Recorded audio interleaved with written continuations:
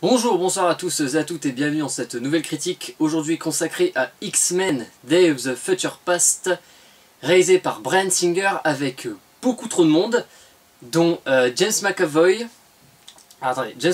Michael Fassbender, Patrick Stewart, Ian McKellen, Hugh Jackman, Ellen Page, Peter Dinklage, Jennifer Lawrence, Omar Sy, Halle Berry, Peter Evans, Josh Hellman, Kingsley Grammer, Famke Janssen et James Madsson, ou Maidson, je sais plus, j'ai un doute sur le dernier, faut que je vérifie.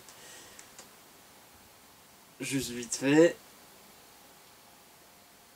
James Marsden, ah putain, à une lettre près. Mais j'ai réussi à citer les autres par cœur, c'est déjà pas mal. Réalisé par Bryan Singer, et c'est donc bien évidemment la suite de tous les X-Men. Je sais que certains pensent qu'en fait c'est la suite que de X-Men le commencement, mais il y a des éléments dans le film qui font comprendre que c'est la suite aussi de la première trilogie, ce qui constitue un des problèmes du film. Je vais tout de suite faire le point sur ce qui est bien dans le film. J'ai une coupe assez dissidente, c'est pas grave. Ah, là on est bien. Donc, les bons points du film. Le casting, déjà, sont tous très bien. Franchement, tous les acteurs sont nickel. Hugh Jackman, peut-être un petit peu moins... Ouais, sa présence est moins forte que dans les films Wolverine. Qui là par contre, il a une véritable présence parce que, on va dire, c'est son film, enfin, c'est le film à son personnage, donc c'est vrai qu'il peut tout lâcher. Mais ouais, pour le coup là, Hugh Jackman toujours aussi bon, mais dans le rôle de Wolverine, mais pas non plus exceptionnel. Michael Fassbender, James McAvoy et Ian McKellen, Patrick Stewart, Jennifer Lawrence. Je pense qu'on n'a plus besoin de parler de leur talent, enfin leur talent n'est plus à prouver. Omar Sy et Peter Dinklage qui sont uniquement là pour ramener des places en plus. Je vous explique. C'est ce qu'on appelle en fait des acteurs bankable. Enfin, c'est vraiment se mettre les fans, enfin certains fans dans la poche.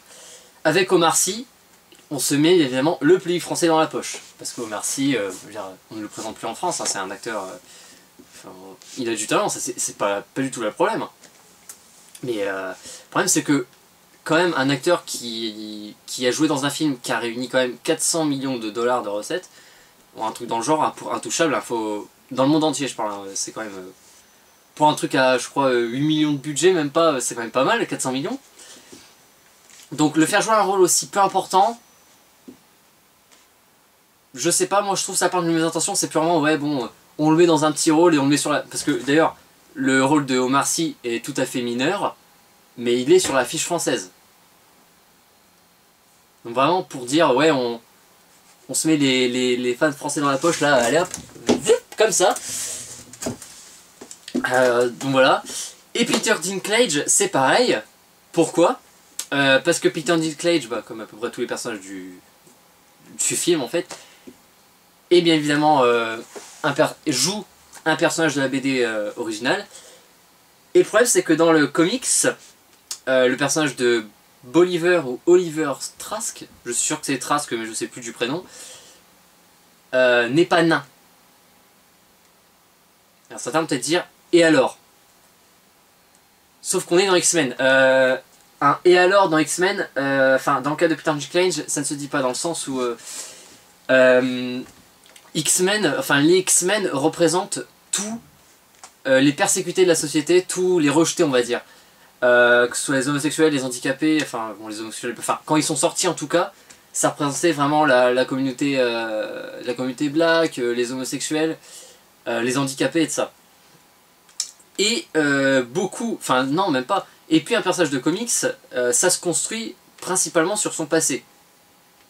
C'est tout con, mais enlevez, prenez Batman, vous enlevez de son passé le fait que ses parents ont été tués par un criminel, ce n'est plus Batman. Et c'est là que pose problème, c'est que dans le comics original X-Men of the Future Past, ou même X-Men tout court, Bolivar Trask est un homme normal. c'est-à-dire de taille normale, il n'a pas d'handicap. Alors que là, le fait de le faire jouer par un nain dans le film, ça change complètement. Parce que déjà, à l'époque du film, les nains, bon, alors, je pense pas qu'ils étaient hyper persécutés, mais je pense que il a dû recevoir quelques moqueries. Enfin, théoriquement parlant, vu l'époque et vu les mentalités un petit peu, je pense que jeune Bolivar Trask aurait reçu des moqueries s'il était nain. De ce fait, il aurait été plus enclin à comprendre le ressenti des X-Men. Enfin, il aurait compris, ah en fait les X-Men, ouais, ils sont comme moi, mais enfin voilà quoi, eux aussi sont persécutés. Alors que là, ça colle pas du tout parce que dans le film, même dans la BD, Bolivar Trask, il déteste les mutants. Enfin, il déteste, non, enfin apparemment, dans le film, ils disent qu'il le fascine. J'ai pas lu la BD, hein, j'ai juste lu le Wikipédia en travers. Mais voilà. Donc le fait de faire jouer Bolivar Trask par un personnage qui a un handicap, ça fout complètement en l'air le perso. Et sans dire, certains vont peut-être dire, et alors c'est une adaptation?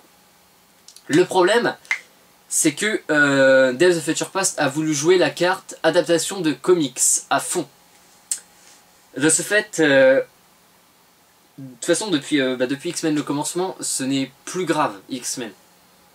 Regardez le premier X-Men, il débutait avec une scène véritablement grave. C'était dans un film de comics, en plus c'était une scène de l'Holocauste où, avec Magneto qui était retiré de ses parents parce qu'il était juif. Et c'était une scène dans un camp de concentration. Faire ça dans un film de comics, c'était ultra cru. Surtout, c'était très grave. Ça montrait déjà que le film allait traiter le sujet de manière sérieuse. Et puis dans X-Men le commencement, on a eu la même scène, sauf que après ils ont rajouté le line complètement imbuvable de Eric Lencher après, donc ce qui a complètement dédramatisé la scène. Et en fait, depuis X-Men le commencement, les X-Men sont clairement des films de comics et pas juste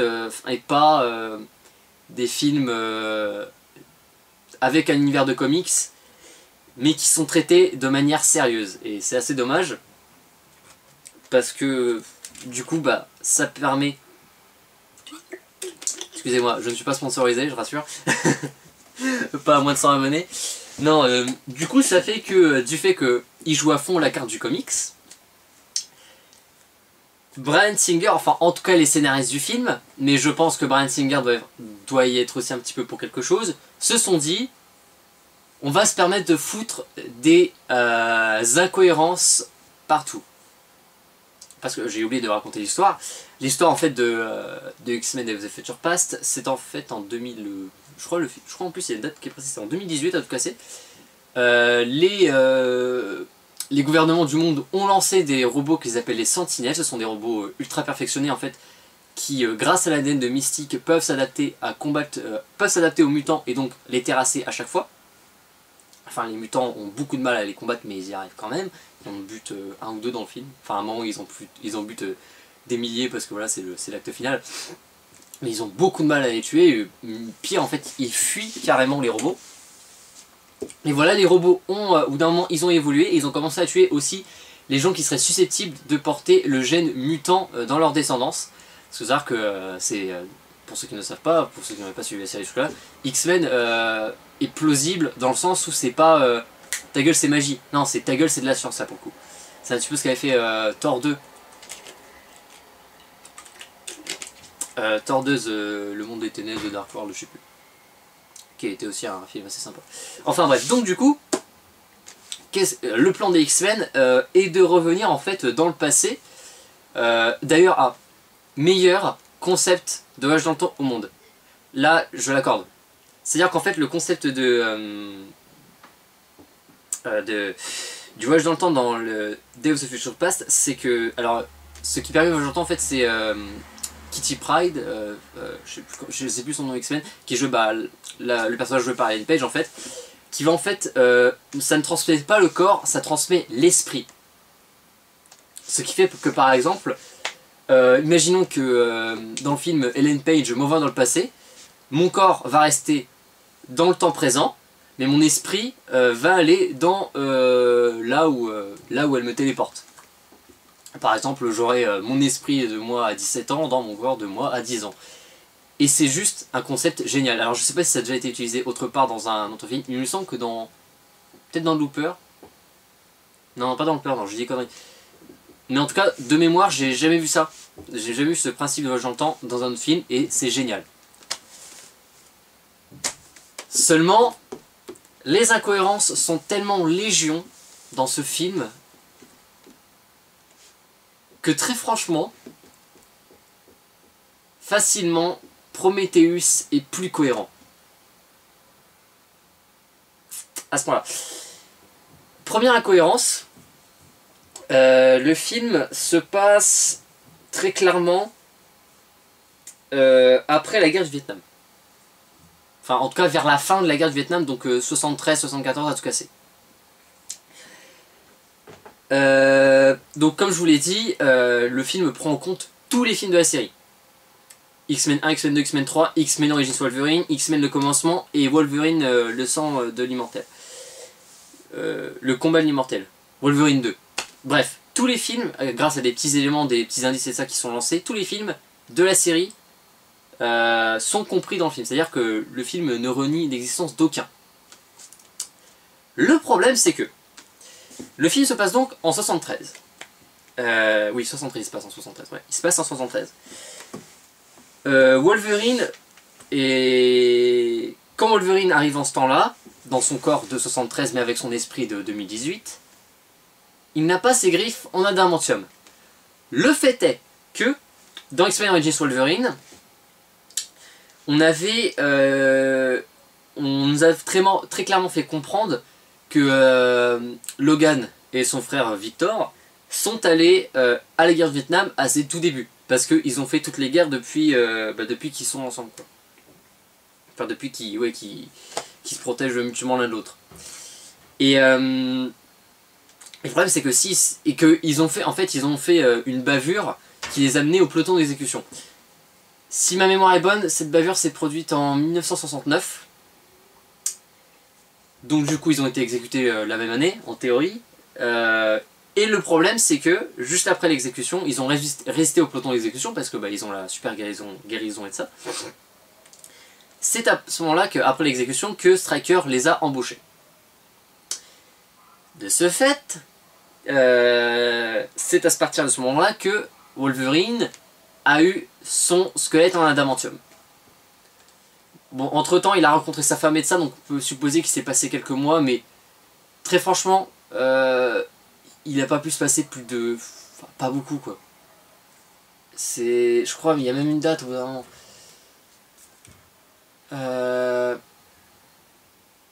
Il me semble qu'ils disent 70, 71, 71, ouais.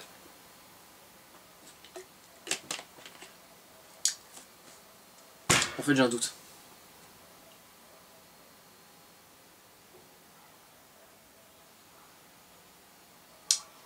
Non, oui, non, c'est sûr, oui.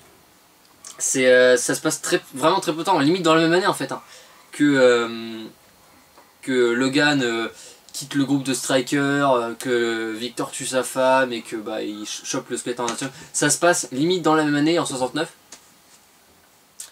Donc du coup, dans X-Men Origins Wolverine, Logan, et le film se termine pendant qu'on est en 69, Logan a déjà son squelette en adamantium. Le truc c'est qu'en 73, dans X-Men of the Future Past, il l'a pas. Alors qu'il devrait l'avoir, vu que X-Men Origins Wolverine est compris dans la saga. Première incohérence donc. Ensuite, j'en avais relevé une que j'avais trouvé totalement absurde. Il faudra que je la retrouve. Ah merde. C'était un truc avec...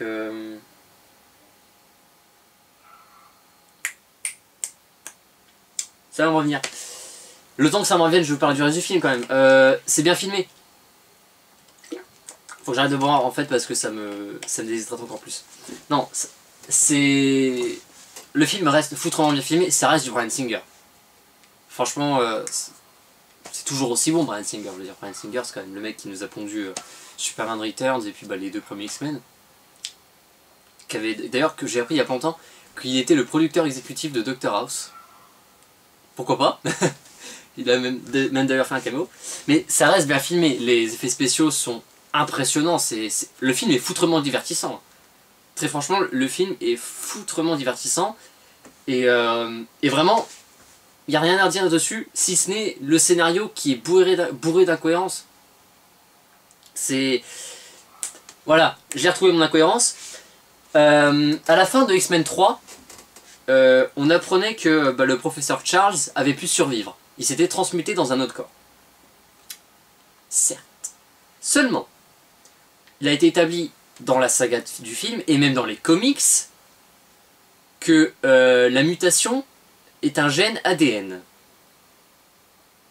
Le fait est que, si le professeur Charles s'est transmuté dans le corps de... Je crois que c'est son frère, un truc dans le genre qui est dans le coma depuis des années, s'est transmuté dans le corps de son frère. Comment ça se fait qu'il est toujours paralysé des jambes et qu'il a toujours son pouvoir psychique, télépathique? Je veux dire, alors, imaginons, peut-être que oui, ils avaient tous les deux le même gène mutant, lui et son frère. Ça n'explique toujours pas la paralysie. Parce que la paralysie du professeur Xavier, ça vient pas de sa mutation, ça vient d'une balle qu'il a reçue à cause de Magneto lors de l'incident de la baie des cochons. Donc, encore une fois, incohérent, c'est totalement con. En plus, c'est des incohérences qui pourraient être facilement évitées. J'ai oublié dans le casting tout à l'heure, putain, merde, j'en ai oublié un. Nicolas Hoult, voilà, je viens de tilter. Et Kingsley Grammer. Merde. Je les avais oubliés, pourtant en plus j'adore Nicolas Hoult, c'est un acteur qui a un petit peu une tête à claque, mais qui peut aussi faire très badass, donc j'aime beaucoup. Il a vraiment une gueule, je trouve. Enfin, pas non plus une gueule à la Stallone ou même merde, comment il s'appelle, Hulk Hogan, mais non, pas Hulk Hogan, Hugh Jackman. Je sais pas, je trouve que Nicolas Hoult, il a la gueule du... ouais, je peux faire... quand je peux être la gueule du geek un petit peu... comment dire, pas violent, mais dès qu'on commence à le faire chier, là oui, il est violent. Donc voilà, il y a aussi Nicolas Hoult et Kingsley Grammer dans le film. Je sais plus où j'en étais. Oui, voilà, donc les incohérences, ça aurait pu très facilement être évité, en fait, tout simplement en refoutant des jambes au professeur Xavier. C'est tout con. Après, au cas où vous faites ça, vous foutez le délire de comment vous avez toujours votre pouvoir si vous avez changé de corps avec celui de votre frère. Bah en fait, mon frère, il avait le même corps. Enfin, il avait le même pouvoir. Enfin, et d'ailleurs, même pouvoir, ok. Par contre, même ressemblance physique à ce point-là, la vache, hein, quand même. C'est un petit peu foireux à la fin de X-Men 3. Ils auraient pas... Franchement, c'est tout con, mais si le film ne mettait pas des éléments pour faire comprendre que la première trilogie n'existait pas, en fait, il aurait dû cacher, on va dire, l'existence. Ça aurait été un peu con, enfin, c'est de renier les films parce qu'ils étaient très bons, mais pour que ça marche au niveau de la timeline, il fallait le faire. Ils l'ont pas fait, et du coup, voilà, le film aurait très bien pu suffire avec X-Men le commencement. C'est tout con, hein, mais voilà. Mais voilà, il y a plein de petits éléments qui font qu'on compte chaque film, et du coup, ça foire complètement. Mais ça reste bien, c'est bien joué, les effets spéciaux sont nickel, c'est super bien filmé. Vraiment, à part les incohérences dans le scénario, il n'y a rien à redire. Et et Omar Sy et puis Peter Dinklage qui font vraiment juste là pour amener des fans d'autre part. Vraiment, à part ça, ça reste bon. Mais moi j'en attendais beaucoup et personnellement j'ai été déçu par toutes ces incohérences. J'attendais plus que ça, je me suis dit ah putain, enfin Bryan Singer retour à la réalisation, ça va être génial. C'est génial, mais c'est pas parfait non plus. Néanmoins, bien joué au film de dire très clairement merde à l'ancienne saga, avec on va dire le plot twist de fin que je vous ne révélerai pas, puisqu'il tease complètement en fait les prochains films. Enfin, ouais, je vais vous le dire vite fait. En gros, à la fin du film, tout est reset. C'est-à-dire la première trilogie, X-Men ne commence... Ouais, enfin, en tout cas, la première trilogie n'existe pas. Enfin, vraiment, en fait tout est reset et du coup il n'y a plus d'incohérence au niveau de la timeline. Voilà, en fait ça reprend, ça établit une nouvelle timeline en fait, tout connement. Voilà. Et ça, oula, merde. Et ça c'était bien joué, ça je me suis dit, ah c'est bon, X-Men Apocalypse il va pas être rempli d'incohérences de partout. C'est cool. Mais bon voilà, en soi X-Men of the Future Past est un film franchement fun à regarder, c'est super divertissant. Mais le scénario est vraiment pas parfait et c'est très dommage parce que ça aurait pu être évité. Voilà, moi je vous dis à très bientôt. Et puis bah... si vous n'avez pas encore vu X-Men of the Day of the Future Past, regardez-le, ça va vous faire passer un bon moment. Le film dure 2 heures, ça passe vraiment pas très vite, on ne les voit pas venir. Mais voilà, je vous le conseille quand même. Allez, ciao!